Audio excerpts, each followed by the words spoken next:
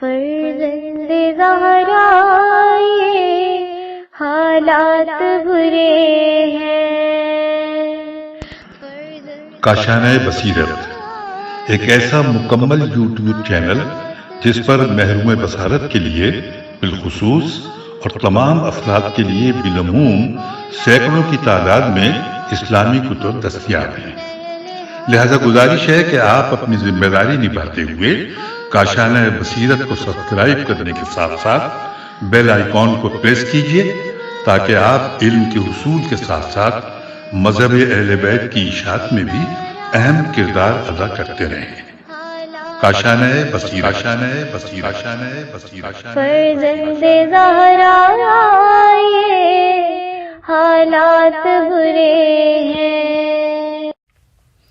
الحمدللہ ہم اور آپ مل کر پڑھ رہے ہیں تفسیر الکوثر کی جلد 4، اور اس سب کے لیے ہم شکر گزار ہیں کاشانۂ بصیرت کے یوٹیوب چینل کے، جس نے یہ موقع فراہم کیا کہ ہم اس کتاب کو، اس تفسیر کو ریکارڈ کرا سکیں۔ سورہ ابراہیم، اور یہ صفحہ نمبر ہے 311۔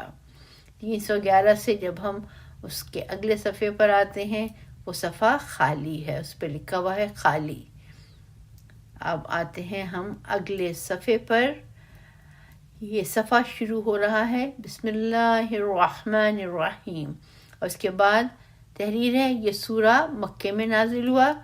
مضمون سے اندازہ ہوتا ہے کہ مکی زندگی کے آخری دنوں میں نازل ہوا ہوگا، کیونکہ یہ سورہ بھی باقی مکی سورتوں کی طرح اصول عقائد پر زیادہ زور دیتا ہے۔ ایسا معلوم ہوتا ہے کہ یہ سورہ بھی ان دنوں نازل ہو رہا تھا جب کفار قریش کی طرف سے ظلم انتہا کو پہنچ گیا تھا، کیونکہ اس سورہ میں ان مشکلات کا ذکر ہے جو انبیاء علیہ السلام کو پیش آئیں۔ وقال الذین کفروا لرسلہم لنخرجنکم من ارضنا، اور کافروں نے اپنے رسولوں سے کہا ہم تمہیں اپنی سرزمین سے ضرور نکال دیں گے۔ اس کا حوالہ ہے سورہ ابراہیم آیت نمبر 13۔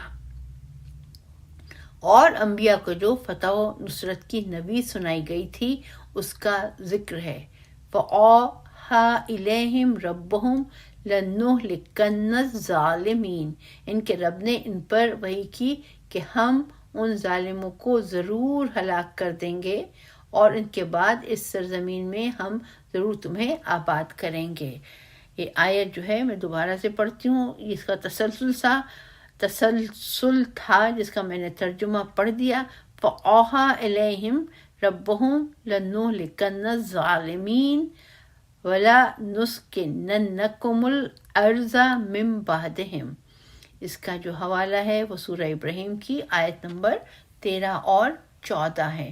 اس سورہ میں سرکشوں کے برے انجام اور انبیاء کی فتح و نصرت اور کامیابی کا ذکر ہے۔ وَاسْتَفْتَحُوا وَخَابَ كُلُّ جَبَّارٍ عَنِيدٍ، اور انبیاء نے فتح و نصرت مانگی تو ہر سرکش دشمن نامراد ہو کر رہ گیا۔ حوالہ سورہ ابراہیم آیت نمبر 15۔ ایسا معلوم ہوتا ہے کہ ان آیات میں انبیاء علیہ السلام کی تاریخ کے ضمن میں اللہ کی سنت اور اس کا طریقہ عمل بیان فرمایا جا رہا ہے کہ مشکل ترین مراحل سے گزرنے کے بعد ہی اللہ کی طرف سے فتح و نصرت ملتی ہے۔ اگلا صفحہ خالی ہے، ہم آ جاتے ہیں اس سے اگلے صفحے پر۔ بسم اللہ الرحمن الرحیم، الف لام را،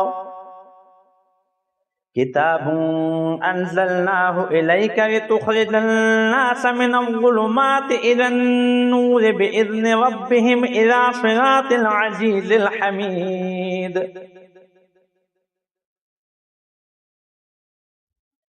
اللہ الذی له ما فی السماوات وما فی الارض وویل للکافرین من عذاب شدید۔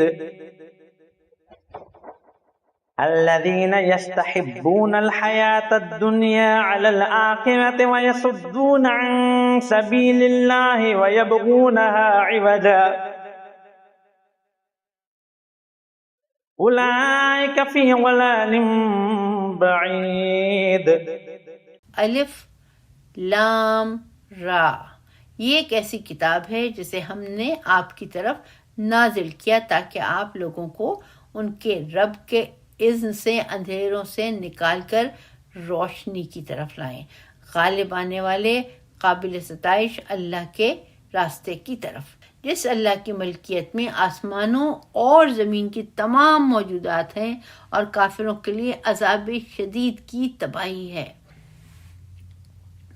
جو آخرت کے مقابلے میں دنیاوی زندگی سے محبت کرتے ہیں اور راہ خدا سے روکتے ہیں اور اس میں انحراف لانا چاہتے ہیں، یہ لوگ گمراہی میں دور تک چلے گئے ہیں۔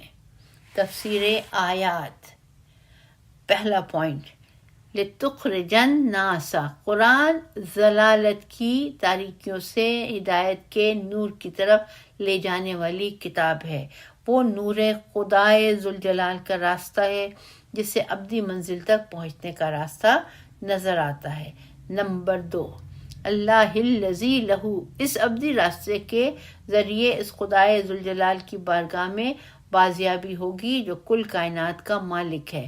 دنیاوی علوم جو محدود رہنمائی کا باعث ہیں انہیں لوگ روشنی کہتے ہیں، اور صاحبان اقتدار جو محدود سلطنت پر متمکن ہوتے ہیں ان تک پہنچنے کا ذریعہ جو بھی ہوگا اسے لوگ اہمیت دیتے ہیں۔ اس قرآن کی کتنی اہمیت ہونی چاہیے جو ابدی راستے کے لیے نور کا کام دے اور کل کائنات کے مالک کے دربار تک پہنچنے کا ذریعہ ہو۔ نمبر 3، الذین یستحبون، اس کے مقابلے میں کافر جو ظلمت اور تاریکی میں ہیں وہ انہی دنیاوی مفادات کو عزیز سمجھتے ہیں اور راہ خدا میں رکاوٹیں ڈالنے سے بھی دریغ نہیں کرتے، وہ یقیناً گمراہی میں بہت دور نکل گئے ہیں۔ واضح رہے دنیاوی مفادات جب آخرت کے ساتھ متصادم ہوں تو اس وقت آخرت کو چھوڑ کر دنیاوی مفادات کو اختیار کرنا گمراہی ہے، لیکن اگر متصادم نہ ہوں تو دنیا کی زندگی کے لوازم حلال ذرائع سے فراہم کرنا عبادت ہے۔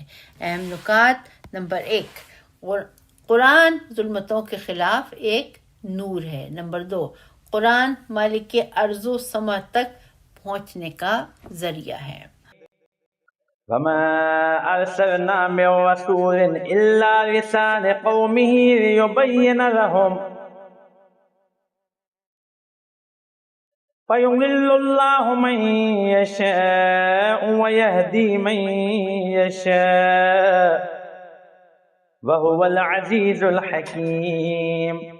ہم نے کوئی رسول نہیں بھیجا مگر اسی قوم کی زبان میں تاکہ وہ انہیں وضاحت سے بات سمجھا سکے، پھر اس کے بعد اللہ جسے چاہتا ہے گمراہ کرتا ہے اور جسے چاہتا ہے ہدایت دیتا ہے، اور وہی بڑا غالب آنے والا حکمت والا ہے۔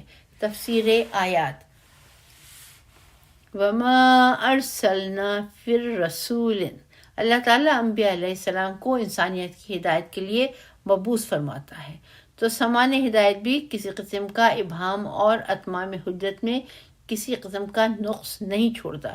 چنانچہ اس آیت میں فرمایا ہم نے تمام رسولوں کو انہی کی قوم کی زبان میں بھیجا ہے تاکہ وضاحت سے بات سمجھا سکیں اور ہدایت کی زبان میں کسی قسم کی پیچیدگی اور ابہام نہ رہے۔ رسول اسلام صلی اللہ علیہ وآلہ وسلم اگرچہ صرف عرب کی طرف نہیں بھیجا گئے، لیکن اللہ نے اپنی رسالت کے لیے عرب قوم کو مخاطب اول قرار دیا تاکہ اللہ کا پیغام پوری وضاحت کے ساتھ عالمین تک پہنچ جائے۔ عرب قوم ایک بدو قوم تھی، یہاں کوئی تمدن تھا، نہ کوئی علمی ماحول، نہ جزیرۃ العرب کبھی بھی علمی سرمرکز رہ چکا تھا، صرف عربی زبان میں قوت بیان اور فصاحت و بلاغت تھی۔ اسی لیے احکام و شریعت کے بیان اور انسان کو دائمی دستور دینے کے لیے قدرت نے اسی زبان سے کام لیا تاکہ پیغام بڑی وضاحت کے ساتھ تمام انسانوں تک پہنچ سکے۔ نمبر 2، فَيُضِلُّ اللَّهُ مَن يَشَاءُ، آسان اور سہل طریقے سے راہ راست دکھانے کے بعد جو لوگ طالب ہدایت ہیں اس کے لیے اللہ ہدایت کے راستے کھول دیتا ہے، اور جو لوگ اپنے باطل پر ڈٹ جاتے ہیں ان کو اپنے حال پر چھوڑ دیتا ہے، نتیجن وہ گمراہی میں چلے جاتے ہیں۔ اہم نکات۔ نمبر 1، انبیاء اپنے پیغام کو سادہ مقامی زبان میں پہنچاتے رہے ہیں، بلسان قوم ہی۔ نمبر 2، بیان احکام میں عام فہمی کو اہمیت حاصل ہے، لِيُبَيِّنَ لَهُمْ۔ وَلَقَدْ أَرْسَلْنَا مُوسَى بِآيَاتِنَا أَنْ أَخْرِجْ قَوْمَكَ مِنَ الظُّلُمَاتِ إِلَى النُّورِ وَذَكِّرْهُمْ بِأَيَّامِ اللَّهِ إِنَّ فِي ذَلِكَ لَآيَاتٍ لِكُلِّ صَبَّارٍ شَكُورٍ۔ اور بتحقیق ہم نے موسیٰ کو اپنی نشانیاں دے کر بھیجا اور حکم دیا کہ اپنی قوم کو اندھیروں سے نکال کر روشنی کی طرف لاؤ اور انہیں ایام خدا یاد دلاؤ۔ ہر صبر و شکر کرنے والے کے لیے یقیناً ان میں نشانیاں ہیں۔ تفسیر آیات۔ نمبر 1، وَلَقَدْ أَرْسَلْنَا مُوسَىٰ، انبیاء علیہ السلام کی مصولیت کی یکسانی کی طرف اشارہ فرماتا ہے، اور وہ اندھیروں سے نکال کر روشنی کی طرف لے جانا ہے۔ حضرت موسیٰ علیہ السلام کو حکم ملتا ہے کہ اپنی قوم کو اندھیروں سے نکالیں، اور حضرت خاتم الانبیاء صلی اللہ علیہ وآلہ وسلم کو حکم ملتا ہے لوگوں کو اندھیروں سے نکالیں۔ نمبر 2، وَذَكِّرْهُمْ بِأَيَّامِ اللَّهِ، وَذَكِّرْهُمْ بِأَيَّامِ اللَّهِ، ایام اللہ سے مراد تاریخ انسانیت کے وہ ایام ہو سکتے ہیں جن میں انسان کے لیے درسہ عبرت، صبر و شکر سے مواقع موجود ہیں۔ مثلا بنی اسرائیل کی فرعون کی غلامی اور اس کے ظلم و ستم کے ایام صبر و تحمل کے ایام ہیں، اور فرعون سے نجات، کشتی نوح کے ذریعے نجات، آتش نمرود سے نجات کے ایام شکر کے ایام ہیں۔ نمبر 3، لَآیَاتٍ لِكُلِّ صَبَّارٍ شَکُورٍ، ان ایام میں ایسی نشانیاں موجود ہیں جن سے معلوم ہوتا ہے کہ واقعات مکافات کے ایک جامع قانون کے تحت رونما ہوتے ہیں۔ ان کے پیچھے ایک شعور و ارادہ حاکم ہے، اور وہ ارادہ مشیت الہی ہے۔ اسی لیے ان نشانیوں کا ادراک صبر و شکر کرنے والے ہی کر سکتے ہیں۔ اہم نکات۔ تاریخ میں اللہ کی نشانیاں موجود ہیں۔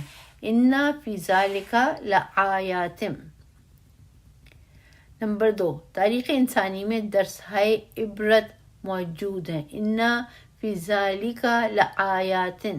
نمبر 3، صبر اور شکر سے آیات الہی کا ادراک ہوتا ہے۔ لِكُلِّ صَبَّارٍ شَکُور۔ وَإِذْ قَالَ مُوسَىٰ لِقَوْمِهِ اذْكُرُوا نِعْمَةَ اللَّهِ عَلَيْكُمْ إِذْ أَنجَاكُم مِّنْ آلِ فِرْعَوْنَ يَسُومُونَكُمْ سُوءَ الْعَذَابِ وَيُذَبِّحُونَ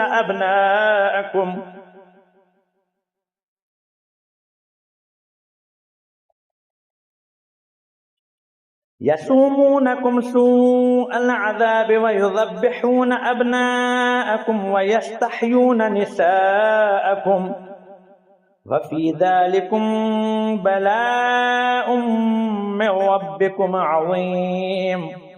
اور یاد کیجئے جب موسیٰ نے اپنی قوم سے کہا، اللہ نے تمہیں جس نعمت سے نوازا ہے اسے یاد کرو۔ جب اس نے تمہیں فرعونیوں سے نجات بخشی، وہ تمہیں بدترین عذاب دیتے تھے اور تمہارے بیٹوں کو ذبح کرتے اور تمہاری بیٹیوں کو زندہ چھوڑتے تھے، اور اس میں تمہارے رب کی طرف سے بڑا امتحان تھا۔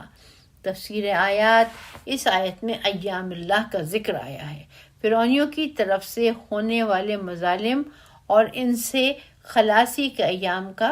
آیت کو مزید تشریح سورہ بقرہ کی آیت 49 میں ملاحظہ فرمائیں۔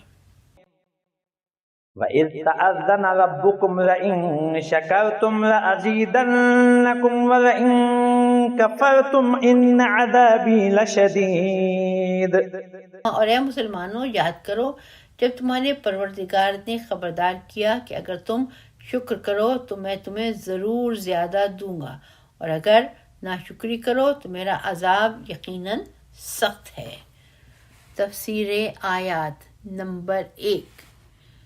لَإِن شَكَرْتُمْ لَأَزِيدَنَّكُمْ، شکر کی صورت میں زیادہ کے وعدے میں لام اور نون کے ساتھ تاکید فرمائی ہے۔ اس تاکید سے یہ بات مترشح ہوتی ہے کہ شکر کی صورت میں اضافہ و فراوانی اللہ کا ایک لازمی قانون ہے جو خود اپنی جگہ ایک رحمت ہے، جبکہ ناشکری کی صورت میں عذاب کے لیے تاکیدی تعبیر اختیار نہیں فرمائی۔ اس سے یہ مترشح ہوتا ہے کہ کفران نعمت کی صورت میں عذاب ایک لازمی قانون نہیں ہے، یہاں عفو اور درگزر کے لیے گنجائش موجود ہے۔ البتہ عذاب کے شدید ہونے پر تاکید ہے، لیکن عذاب کرنے کی تاکید نہیں ہے، جیسے لَأَزِيدَنَّكُمْ فرمایا ہے، لَأَعَذَبَنَّكُمْ نہیں فرمایا۔ چنانچہ فرمایا وَمَا أَصَابَكُم مِّن مُّصِیبَةٍ فَبِمَا کَسَبَتْ أَیْدِیکُمْ وَیَعْفُو عَن کَثِیر۔ حوالہ ہے اس کا سورہ شورى کی آیت نمبر 30، اور ترجمہ ہے اور تم پر جو مصیبت آتی ہے وہ خود تمہارے اپنے ہاتھوں کی کمائی سے آتی ہے، اور وہ بہت سی باتوں سے درگزر کرتا ہے۔ نمبر 2، لَإِن شَكَرْتُمْ لَأَزِيدَنَّكُمْ، نعمتوں پر شکر کرنا مستقیم الفکر، متوازن سوچ اور اعلیٰ قدروں کا مالک ہونے کی دلیل ہے۔ ایسی صورتوں میں نعمتوں کی قدردانی ہوتی ہے۔ قدردانی، فراوانی اور فزونی نعمت اور ناقدری ضیاء نعمت کا باعث ہوتی ہے۔ نمبر 3، وَلَئِن كَفَرْتُمْ، شکر اور قدردانی کی صورت میں فزونی نعمت کا ذکر فرمایا، لیکن ناشکری اور ناقدری کی صورت میں زوال نعمت کا نہیں، عذاب کا ذکر کیا ہے۔ ممکن ہے یہ عذاب زوال نعمت کی صورت میں ہو، اور ممکن ہے یہ عذاب اخروی ہو۔ دنیا میں ناشکروں کی مہلت دی جاتی ہے کہ فزونی عذاب کا باعث بنے، اور بہت سی نعمتیں عذاب کا باعث بنتی ہیں۔ امام جعفر صادق علیہ السلام سے روایت ہے،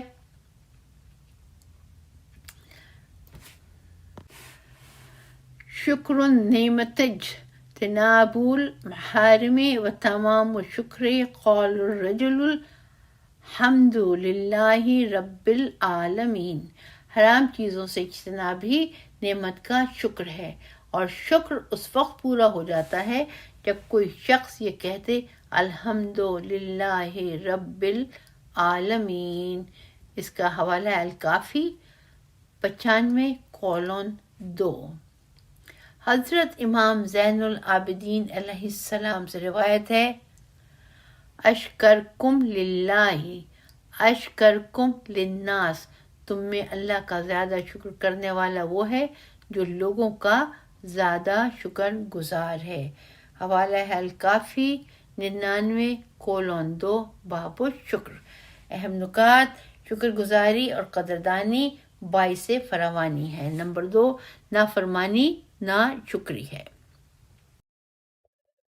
وقال موسى إن تكفروا أنتم ومن في الأرض جميعا فإن الله لغني حميد۔ اور موسیٰ نے کہا اگر تم اور زمین میں بسنے والے سب ناشکری کریں تو بھی اللہ یقیناً بے نیاز لائق حمد ہے۔ تفسیر آیات۔ حضرت موسیٰ علیہ السلام نے اپنی قوم کو اس نقطے سے بھی آگاہ کیا کہ اللہ تمہارے شکر کا محتاج نہیں ہے۔ شکر کا فائدہ اللہ کو نہیں، خود تمہیں پہنچتا ہے، اور ناشکری سے اللہ کو نہیں، خود تمہیں ضرر پہنچ جاتا ہے۔ اللہ ہر صورت میں قابل حمد و ستائش ہے، خواہ تم اس کی حمد کرو یا نہ کرو۔ وَإِن مِّن شَيْءٍ إِلَّا يُسَبِّحُ بِحَمْدِهِ، اور کوئی چیز ایسی نہیں جو اس کی ثنا میں تسبیح نہ کرتی ہو۔ اس کا حوالہ ہے بنی اسرائیل کی آیت نمبر 44۔ اہم نکات: شکر و ناشکری کے اثرات محتاج انسان پر مترتب ہوتے ہیں۔ أَلَمْ يَأْتِكُمْ نَبَأُ الَّذِينَ مِن قَبْلِكُمْ قَوْمُ نُوحٍ وَعَادٍ وَثَمُودَ وَالَّذِينَ مِن بَعْدِهِمْ لَا يَعْلَمُهُمْ إِلَّا اللَّهُ جاءتهم رسلهم بالبينات فردوا أيديهم في أفواههم وقالوا إنا كفرنا بما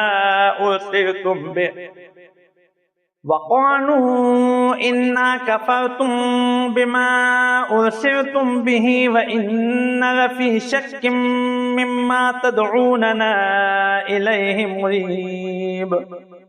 کیا تمہارے پاس ان لوگوں کو خبر نہیں پہنچی جو تم سے پہلے گزر چکے ہیں، مثلا نوح، عاد اور سمود کی قوم، اور جو ان کے بعد آئے جن کا علم صرف اللہ کے پاس ہے؟ ان کے پاس ان کے رسول واضح دلائل لے کر آئے تو انہوں نے اپنے ہاتھ ان کے منہ پر رکھ دیا اور کہنے لگے ہم تو اس رسالت کے منکر ہیں جس کے ساتھ تم بھیجے گئے ہو اور جس کی طرف تم ہمیں بلا رہے ہو، اس میں ہم شبہ انگیز شک میں ہیں۔ تفسیر آیات۔ الم یاتکم نبأ، بظاہر حضرت موسیٰ علیہ السلام کو سلسلہ کلام جاری ہے، اپنی قوم سے ایام اللہ کا تفصیلی ذکر فرما رہے ہیں، اور نوح، عاد اور سمود کی قوم کا ذکر بعنوان مثال آیا ہے۔ نمبر 2، لا یعلمہم الا اللہ، جن کی تاریخ کا تفصیلی علم صرف اللہ کے پاس رہے، اللہ کے علاوہ ان قوموں کی تاریخ حیات کا کوئی واقف نہیں ہے، اور ہم ہی وحی کے ذریعے اپنے رسول صلی اللہ علیہ وآلہ وسلم کو بیان کر رہے ہیں، اور یہ قرآن کے وحی ہونے کی ایک واضح دلیل ہے۔ نمبر 3، فردوا ایدیہم فی افواہہم، لوگوں نے اپنے پیغمبران علیہ السلام کی دعوت کا اس طرح مقابلہ کیا کہ انبیاء علیہ السلام کو آزادی سے بات کرنے کا بھی موقع نہیں دیتے تھے۔ ایدیہم کی ضمیر کفار کی طرف اور افواہہم کی ضمیر انبیاء علیہ السلام کی طرف لوٹنا مناسب اور سیاق کلام کے قریب معلوم ہوتی ہے، یعنی کفار اپنے ہاتھ انبیاء کے دہن پر رکھتے اور بات کرنے نہ دیتے تھے۔ بعض مفسرین دونوں ضمیروں کے انبیاء علیہ السلام کی طرف رجوع کے قائل ہیں۔ اس صورت میں معنی یہ ہوں گے وہ لوگ انبیاء علیہ السلام کے ہاتھوں کو انبیاء کے منہ میں دیتے تھے، یعنی بات کرنے کا موقع نہیں دیتے تھے۔ اہم نکات: تاریخ اقوام کے بارے میں انسانی معلومات نہایت محدود ہیں۔ لا یعلمہم الا اللہ۔ نمبر 2، کفار انبیاء علیہ السلام کی اہانت کرنے میں کوئی کسر اٹھا نہیں رکھتے تھے۔ فردوا ایدیہم فی افواہہم۔ قالت رسلهم أفي الله شك فاطر السماوات والأرض يدعوكم ليغفر لكم من ذنوبكم ويؤخركم إلى أجل مسمى قالوا إن أنتم إلا بشر مثلنا تريدون أن تصدونا عما كان يعبد آباؤنا فأتونا بسلطان مبين۔ ان کے رسولوں نے کہا کیا تمہیں اس اللہ کے بارے میں شک ہے جو آسمانوں اور زمینوں کا خالق ہے؟ وہ تمہیں اس لیے دعوت دیتا ہے تاکہ تمہارے گناہ بخش دے اور ایک معین مدت تک تمہیں مہلت دے۔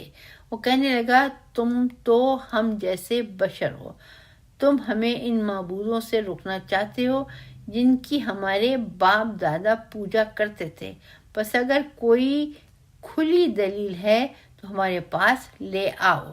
تشریح کلمات، کلمہ لکھا ہوا ہے فاتری، فے تو رے بریکٹ میں لکھا ہے، اس کے اصل معنی کسی چیز کو طول میں پھاڑنے کے ہیں۔ جوہری نے صحاح میں کہا ہے والفطر الابتدائی والاختراع، الفطر ابتدا اور ایجاد کرنے کو کہتے ہیں۔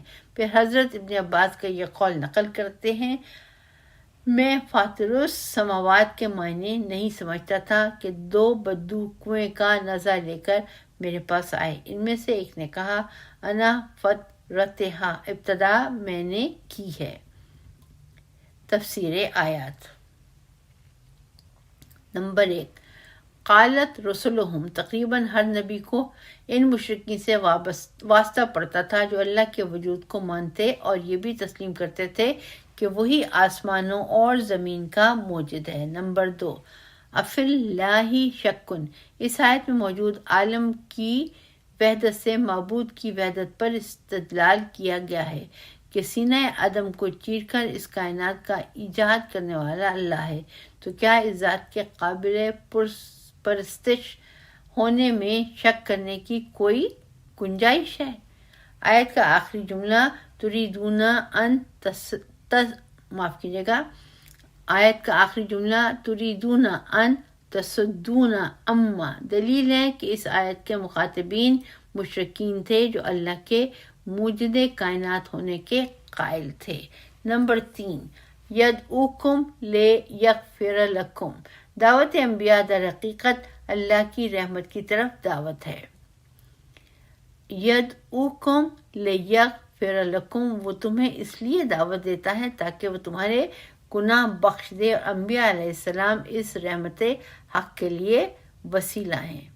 نمبر 4، وَيُؤَخِّرُكُمْ إِلَىٰ أَجَلٍ، نیک عمل سے تقدیریں بدل جاتی ہیں۔ وَيُؤَخِّرُكُمْ إِلَىٰ أَجَلٍ مُسَمَّى، اجل مسمى حتمی، اور اجل غیر مسمی ہے، اور اجل غیر مسمی ہے۔ غیر حتمی کے بارے میں ہم نے سورہ انعام آیت نمبر 3 میں تشریح کی ہے۔ آیت یہ بتانا چاہتی ہے کہ اب تم نے اس تقدیر ساز دعوت پر لبیک کہہ دی تو تم کو حتمی اجل تک زندگی دی جائے گی، دوسری صورت میں قبل از وقت ہلاکت آ سکتی ہے، اور بدع یہی ہے جس کے تمام مفسرین قائل ہیں۔ چنانچہ صاحب تفہیم القرآن بدع کی غیر شعوری طور پر تعریف کرتے ہیں۔ اللہ کے ہاں مدت کا تعین قوموں کے اوصاف کے ساتھ مشروط ہوتا ہے۔ ایک اچھی قوم اگر اپنے اندر بگاڑ پیدا کرے تو اس کی مہلت عمل گھٹا دی جاتی ہے اور اسے تباہ کر دیا جاتا ہے، اور ایک بگڑی ہوئی قوم اگر اپنے برے اوصاف کو اچھے اوصاف میں بدل لے تو اس کی مہلت عمل بڑھا دی جاتی ہے۔ حوالہ تفہیم القرآن اور 476:2۔ اہم نکات، 3 نکتے ہیں۔ اللہ کی وحدانیت ناقابل تشکیک ہے۔ نمبر 2، دعوت انبیاء مغفرت کے لیے ہے۔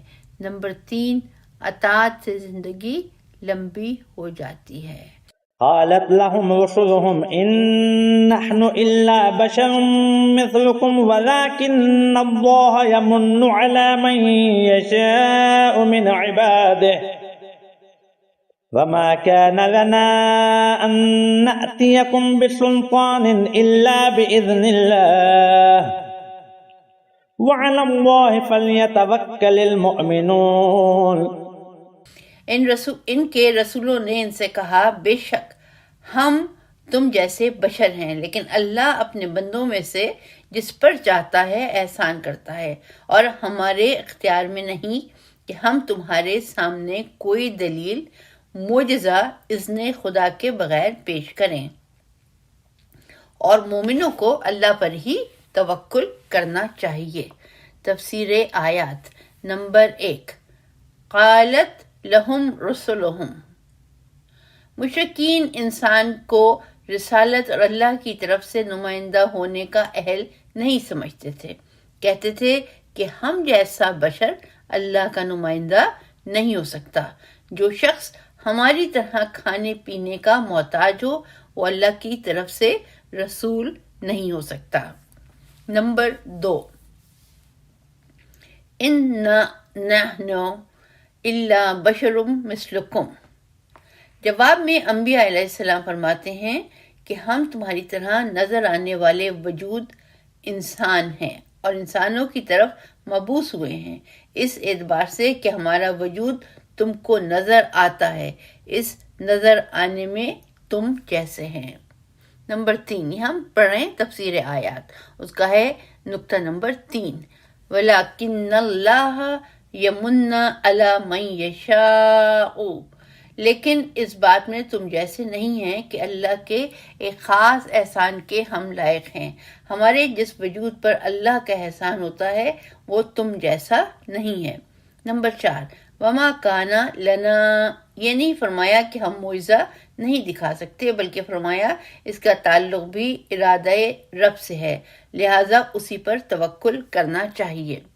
ہم نے پہلے بھی اس بات کی وضاحت کی ہے کہ اللہ تعالیٰ تمام انبیاء علیہ السلام کو معجزات کے ساتھ مبعوث فرماتا ہے، اس کے بعد لوگوں کے مطالبے پر معجزات نہیں دکھائے جاتے کیونکہ پہلے معجزے سے حجت پوری ہو چکی ہے۔ اہم نکات۔ نمبر 1، احسان الہی کے اہل ہونے سے رسول عام بشر سے ممتاز ہو جاتے ہیں۔ نمبر 2، معجزہ باذن خدا ہوتا ہے، الا باذن اللہ۔ وما لنا ألا نتوكل على الله وقد هدانا سبلنا ولنصبرن على ما آذيتمونا وعلى الله فليتوكل المتوكلون۔ اور ہم اللہ پر توکل کیوں نہ کریں جبکہ اس نے ہمارے راستے ہمیں دکھا دیے ہیں۔ منکرو، جو اذیتیں تم ہمیں دے رہے ہو اس پر ہم ضرور صبر کریں گے، اور توکل کرنے والوں کو اللہ ہی پر توکل کرنا چاہیے۔ ہیڈنگ ہے تفسیر آیات۔ نمبر 1، وما لنا الا نتوکل، ہم توکل اور بھروسہ اس ذات پر کیوں نہ کریں جس نے ہم کو حق کا راستہ دکھایا۔ ہمیں جب یقین ہے کہ اللہ ہمیں نجات اور ابدی سعادت کی طرف لے جاتا ہے تو ہم اطمینان سے اپنے آپ کو اللہ کے حوالے کر دیتے ہیں۔ بھروسہ اور توکل اس وقت نہیں ہوتا جب انسان کو یقین نہ ہو، تردد اور شک کا شکار ہو۔ نمبر 2، وَلَنَصْبِرَنَّ عَلَى مَا آذَيْتُمُونَا، حق کی معرفت کے بعد اس کا عاشق اس کی راہ میں صبر و تحمل کرتا ہے، خواہ اس راہ میں جتنی بھی اذیت برداشت کرنا اور اس کی قیمت کچھ بھی ادا کرنی پڑے۔ اہم نکات۔ حق کی ہدایت کے بعد بھروسہ اور صبر ایک لازمی امر ہے۔ وقال الذين كفروا لرسلهم لنخرجنكم من أرضنا أو لتعودن في ملتنا فأوحى إليهم ربهم لنهلكن الظالمين ولنسكننكم الأرض من بعدهم ذلك لمن خاف مقامی وخاف وعید۔ اور کافروں نے اپنے رسولوں سے کہا ہم تمہیں اپنی سرزمین سے ضرور نکال دیں گے یا بہر صورت تمہیں ہمارے دین میں واپس آنا ہوگا۔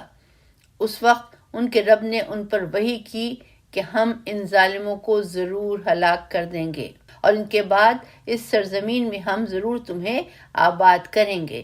یہ خوشخبری اس کے لیے ہے جو میرے حضور کھڑے ہونے کے دن سے ڈرتا ہو اور اسے میرے وعدہ عذاب کا خوف بھی ہو۔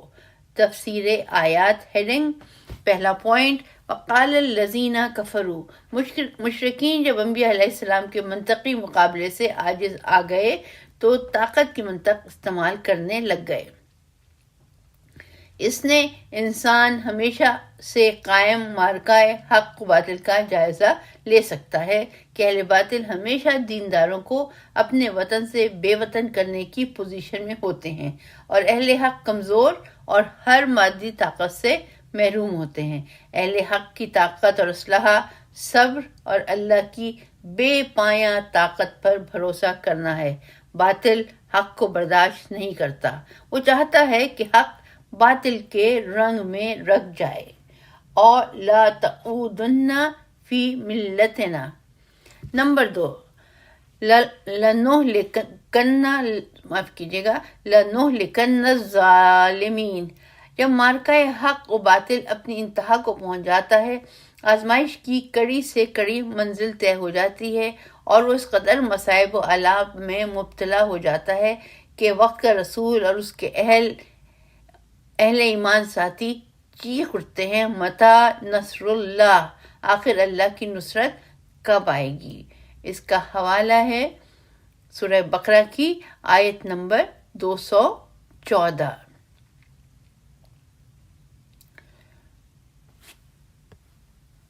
اس وقت فتح و نصرت کی نوید سنا دی جاتی ہے، لنہلکن الظالمین، ہم ان ظالموں کو ہلاک کرنے والے ہیں۔ ظالموں کی ہلاکت کے اس وعدے کو پوری تاکید کے ساتھ بیان فرمایا ہے۔ نمبر 3، وَلَا نُسْكِنَنَّكُمُ الْأَرْضَ، ہم اس سرزمین میں تمہیں آباد کریں گے۔ کفار جس سرزمین سے انبیاء علیہ السلام کو بے دخل کرنا چاہتے تھے، اللہ ان کافروں کو ہلاکت میں ڈال کر اس سرزمین پر انبیاء علیہ السلام کو آباد فرمائے گا۔ نمبر 4، ذَلِكَ لِمَنْ خَافَ مقامی، تباہ شدہ ظالموں کی جگہ اللہ ان لوگوں کو آباد کرے گا جو مقام خدا کا خوف رکھتے ہیں۔ اہم نکات، یہ ہیڈنگ ہے۔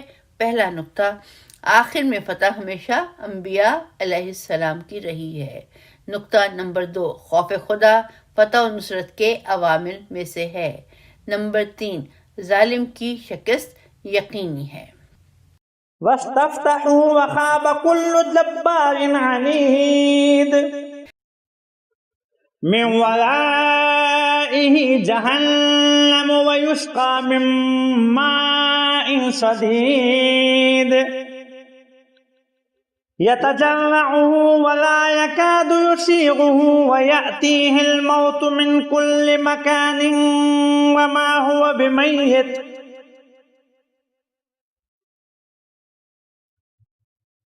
وَمِن وَرَائِهِ عَذَابٌ غَلِيظٌ۔ اور انبیاء نے فتح و نصرت مانگی تو ہر سرکش دشمن نامراد ہو کر رہ گیا۔ اس کے بعد جہنم ہے، اور وہاں اسے پیپ کا پانی پلایا جائے گا جسے وہ گھونٹ گھونٹ پیے گا، مگر وہ اس سے نہایت ناگوار گزرے گا۔ اسے ہر طرف سے موت آئے گی، مگر وہ مرنے نہ پائے گا، اور اس کے پیچھے مزید سنگین عذاب ہوگا۔ تشریح کلمات، یہ ہیڈنگ ہے۔ پہلا کلمہ ہے صدیدن، اور بریکٹ میں سواد دال دال، پیپ کو کہتے ہیں۔ دوسرا کلمہ ہے یسیغہ، بریکٹس میں ہے سین واو غین، آگے تحریر ہے ساغ خوشگوار، سائغن للشاربین، پینے والوں کے لیے خوشگوار ہے۔ لا یکادو یسیغہ، گلے سے اتر نہ سکے گا۔ تشریح کلمات، معاف کیجیے گا، تفسیر آیات، یہ ہیڈنگ ہے۔ تشریح کلمات ہم نے مکمل کر لیا، ہم پہنچ گئے ہیں اس ہیڈنگ پر جو ہے تفسیر آیات۔ نمبر 1، وَاسْتَفْتَحُوا وَخَابَ، انبیاء نے اللہ سے فتح و نصرت مانگی۔ رَبَّنَا افْتَحْ بَيْنَنَا وَبَيْنَ قَوْمِنَا بِالْحَقِّ، اے ہمارے پروردگار، ہمارے اور ہماری قوم کے درمیان برحق فیصلہ کر۔ اس آیت کا حوالہ ہے سورہ اعراف کی آیت نمبر 89۔ تو اللہ نے ان کی دعا قبول کی اور انبیاء علیہ السلام کے مقابلے میں آنے والے ہر سرکش کو نامراد کر دیا۔ وہ انبیاء علیہ السلام کو شکست دینا چاہتے تھے، اس میں وہ نامراد ہو گئے۔ دوسرا نقطہ تفسیر آیات کے ذیل میں من ورائہ جہنم، اس کے بعد یعنی دنیا کی نامرادی اور ذلت کے بعد عذاب جہنم ہے۔ آتش میں پیاس کی بڑی شدت ہوگی تو پیپ کا پانی پلایا جائے گا، وہ اسے مایا دیکھ کر پیے گا مگر اس کی پیاس بجھنے کی بجائے اور بڑھ جائے گی۔ نمبر 3 یتجرعوہ، وہ اس پیپ کے پانی کو گھونٹ گھونٹ پیے گا مگر یہ پانی اس کے لیے گوارا اور پیاس بجھانے والا نہ ہوگا۔ نمبر 4 وَيَأْتِيهِ الْمَوْتُ مِنْ كُلِّ مَكَانٍ، اس کے گرد و پیش میں موجود تمام چیزیں موت کے لیے کافی ہوں گی مگر اس کے باوجود وہ نہیں مرے گا۔